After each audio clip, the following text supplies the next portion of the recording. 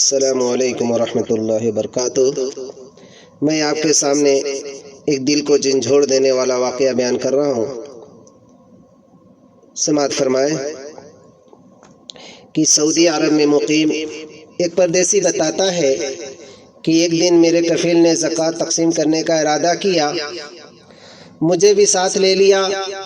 گاڑی میں زکوٰۃ کے لفافے رکھے گئے، ہر لفافے میں 5000 ریال تھے۔ یہ رمضان المبارک کا مہینہ تھا۔ ہم دونوں ساحلی علاقے کے دیہات کی طرف نکلے جہاں غربت اور محرومی کا بسیرا ہے۔ ایک گاؤں سے نکل کر جدہ جازان شاہراہ پر آئے تو دور سے ایک عجیب منظر دکھائی دیا۔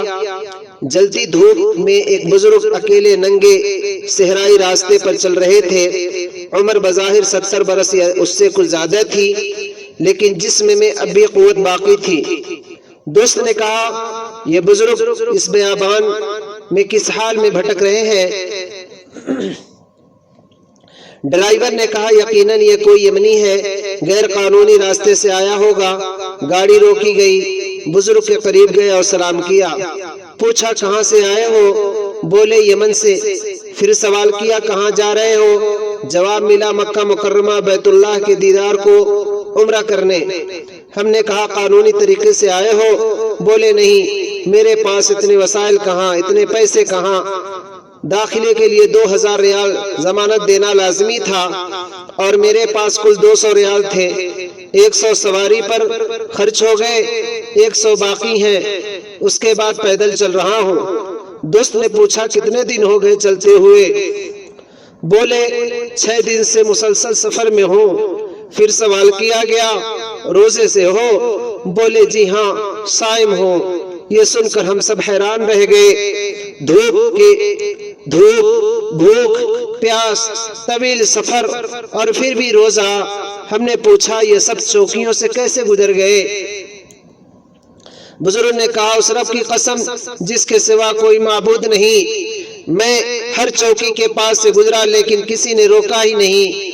انہوں نے مزید بتایا، کچھ دیر پہلے تو ایک گشتی گاڑی پولیس والی نے پکڑا بھی تھا اور تھانے لے گئی، مگر جب میں نے کہا کہ میرا مقصد صرف بیت اللہ کی زیارت ہے تو انہوں نے رہا کر دیا۔ یہ سن کر ہمارے دل کانپ گئے۔ سبحان اللہ، اس بندے کے لیے جو خود راستے آسان کر دیے۔ یہ سن کر ہمارے دل کانپ گئے۔ سبحان اللہ، اللہ نے اس بندے کے لیے خود راستے آسان کر دیے۔ میرے کفیل صاحب نے بے اختیار 2 لفافے بزرگ کے ہاتھ میں تھما دیے۔ انہوں نے شکریہ ادا کیا، مگر انہیں اندازہ نہ تھا کہ اس میں کتنی رقم ہے۔ میں نے کہا، لفافے کو کھولو اور پیسے محفوظ کر لو۔ جب انہوں نے لفافے کھولے اور دیکھا کہ 10,000 ریال ہیں تو حیرت و صدمے سے گاڑی میں گر پڑے، آنکھوں سے آنسو بہنے لگے اور زبان پر یہی الفاظ تھے، یہ سب میرے لیے، یہ اتنی بڑی رقم صرف میرے لیے۔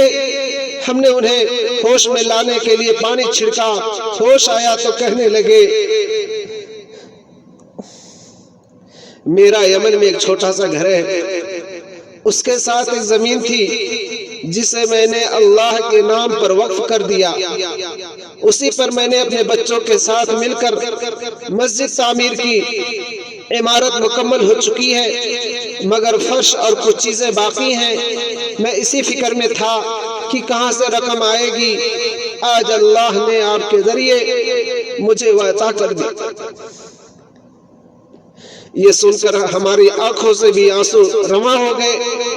اس وقت دل میں رسول اللہ صلی اللہ علیہ وسلم کا فرمان گونج اٹھا، جس کا مقصد آخرت ہو، اللہ اس کے دل میں گنا ڈال دیتا ہے، اس کے کاموں کو سمیٹ دیتا ہے اور دنیا خود اس کے پاس جھک کر آتی ہے، اور جس کی فکر صرف دنیا ہو، اللہ اس کی محتاجی آنکھوں کے سامنے رکھ دیتا ہے، اس کے معاملات کو منتشر فرما دیتا ہے اور اسے دنیا سے وہی ملتا ہے جو اس کے مقدر میں ہے۔ میرے کفیل نے اشارہ کیا اور مزید 2 لفافے بزرگ کے حوالے کر دیے، یوں کل رقم 20,000 ریال ہو گئی۔